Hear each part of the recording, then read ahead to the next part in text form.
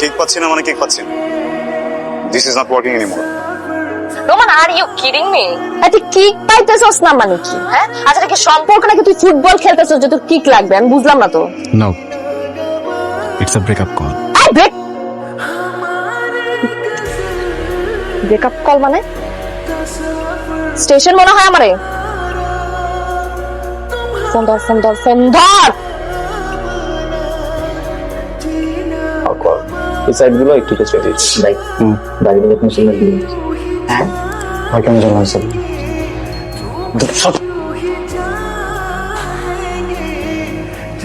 Excuse me. আপনার নোমান ভাই কই? নোমান ভাই মানে কোন নোমান ভাই? ও আমাদের নোমান ভাই। নোমান ভাই, ও উনি তো গত কয়েকবার ধরে আসে না মনে হয়। আরে সবাই খেলে আমারই ঘুর ধরে কেন? নোমান কই? বলতেছি ওই আপনার চোখের সামনে দিয়ে একদিন লোকটা গেছে মুখের মধ্যে ফেনা তোয়ালে নিয়ে, ওইটাই নোমান ভাই।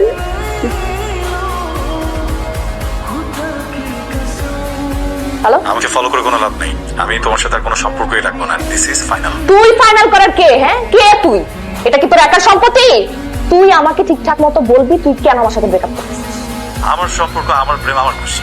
আমি রাখবো কি না রাখবো না এটা তো তোমার কাছে কৈফিয়ত দেওয়ার কোনো প্রয়োজন নেই আমার। So don't follow me again.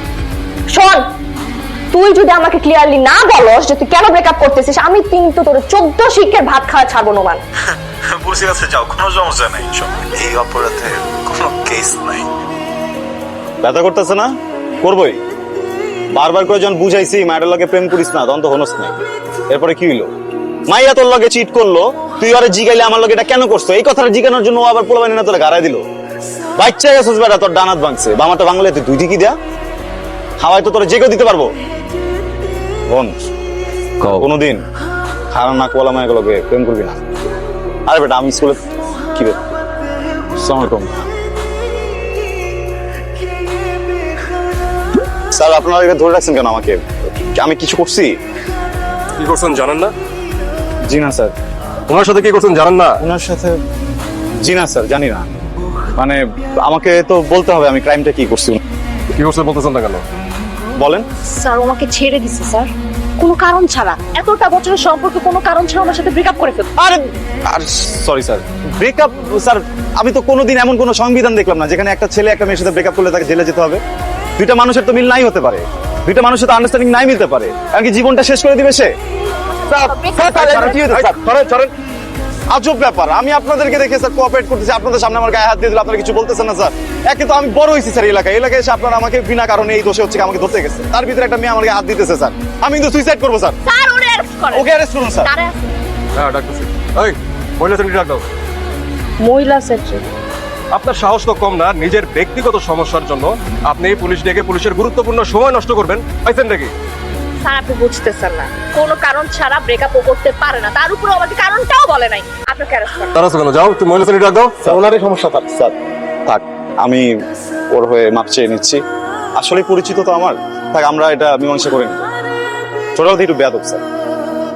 দেখছেন, আর কখনো নিজের প্রয়োজনে সরকারের গুরুত্বপূর্ণ সময় নষ্ট করবেন না। এই চলো। তুই কি ভাবছিস তোর সাথে পাবি? হ্যাঁ, তুই ব্রেকআপ কেন করবি কোনো কারণ ছাড়া? তুই আমাকে এখন ভিতরে কারণ দিবি না। স্যার, স্যার কলার ধরে। এই কিসে কিসে? না কিছু ধরি নাই, কিছু তুমি আমি দেখ। কি রে, গ্যাঞ্জাম ট্যাঞ্জাম লাগছে নাকি? ও তাই তো মনে হইতেছে। গ্যাঞ্জাম হইতেছে নাকি? এই এদিকে আসতেছে, এই ডরেস না। আরে ভাইয়া আয় বসতো ওরেটাই খেলা নাই, কিন্তু তুমিও তো ভাইয়া না, তুমি তো গিয়া ভাতিজা।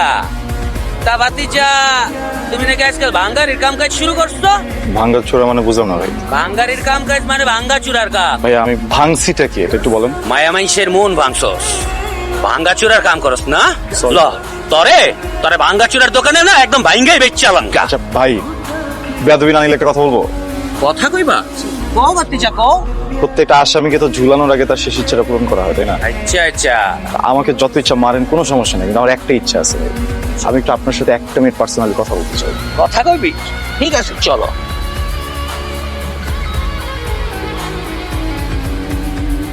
বস আমার তরফ তো দুইটা।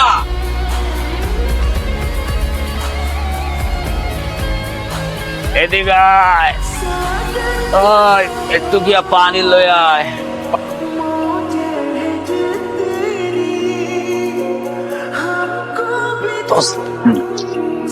নিয়ে আসছে। ওয়াও, আমার গার্লফ্রেন্ড। গার্লফ্রেন্ড? আর তুই কালার কম্বিনেশন দেখছস, মানে একটা কত যাবে নি চিপাই? চিপাই কেন সব? যা হওয়ার এইখানেই হবে। It's an open air party, you no.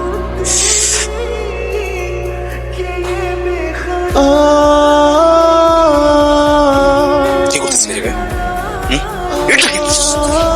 এটা পরে যাইতে যা যা যা যা যা। আমি কোথাও যাবো না।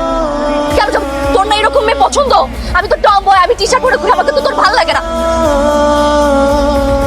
কেডিটা তোরা জাস্ট মটকাই দেবো এখানে, চুপচাপ যা। আমি এখান থেকে যাবো না। তাড়াতাড়ি যা, তাড়াতাড়ি যা।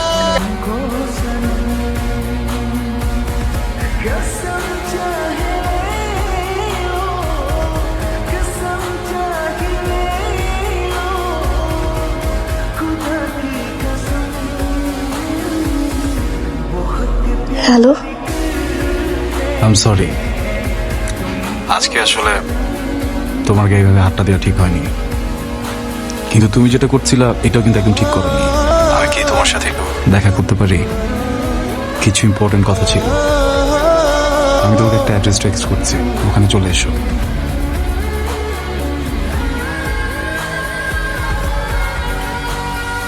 আচ্ছা তুমি কি খাবা বলো না?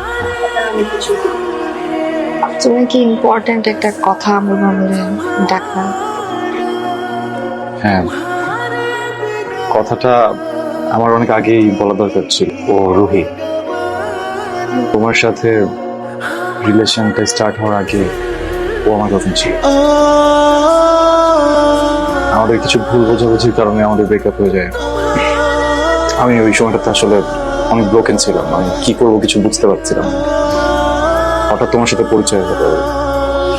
তোমার সাথে যতক্ষণ থাকতাম আমার ভিতরে খারাপ লাগাটা কম কাজ করতো, ভালো লাগতো। আমার মনে হলো যে তাহলে আমার ভালো থাকা উচিত, ওই জন্য তোমার সাথে সম্পর্কে চাই। এন্ড তুমি আসলে অনেক ভালো মানুষ, বিশেষ করে আমি কখনো রিগ্রেট করি না তোমার সাথে সম্পর্কতে আসা। কিন্তু হয়েছে কি, মানুষের জীবনে ভালোবাসা অনেকবার আছে, কিন্তু প্রথম ভালোবাসা একবারই আসে। আমরা দুজন ভেবেছি আমি বিয়ে করবো। প্লিজ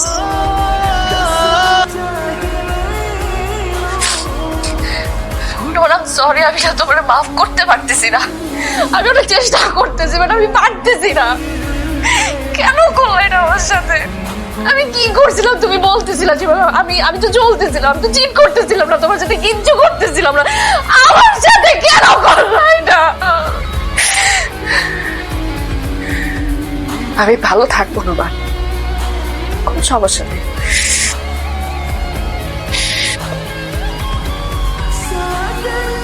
নিজের মৃত্যুর সংবাদ বহন করে একটা মানুষের হাসি মুখে থাকাটা সত্যি অনেক কঠিন কাজ।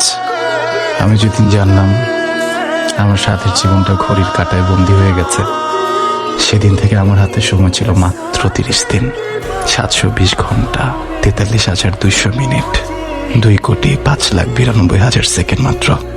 কথাটা জানার পরে না কেমন যেন পাগল হয়ে গিয়েছিলাম। কাঁদতেছিস কেন?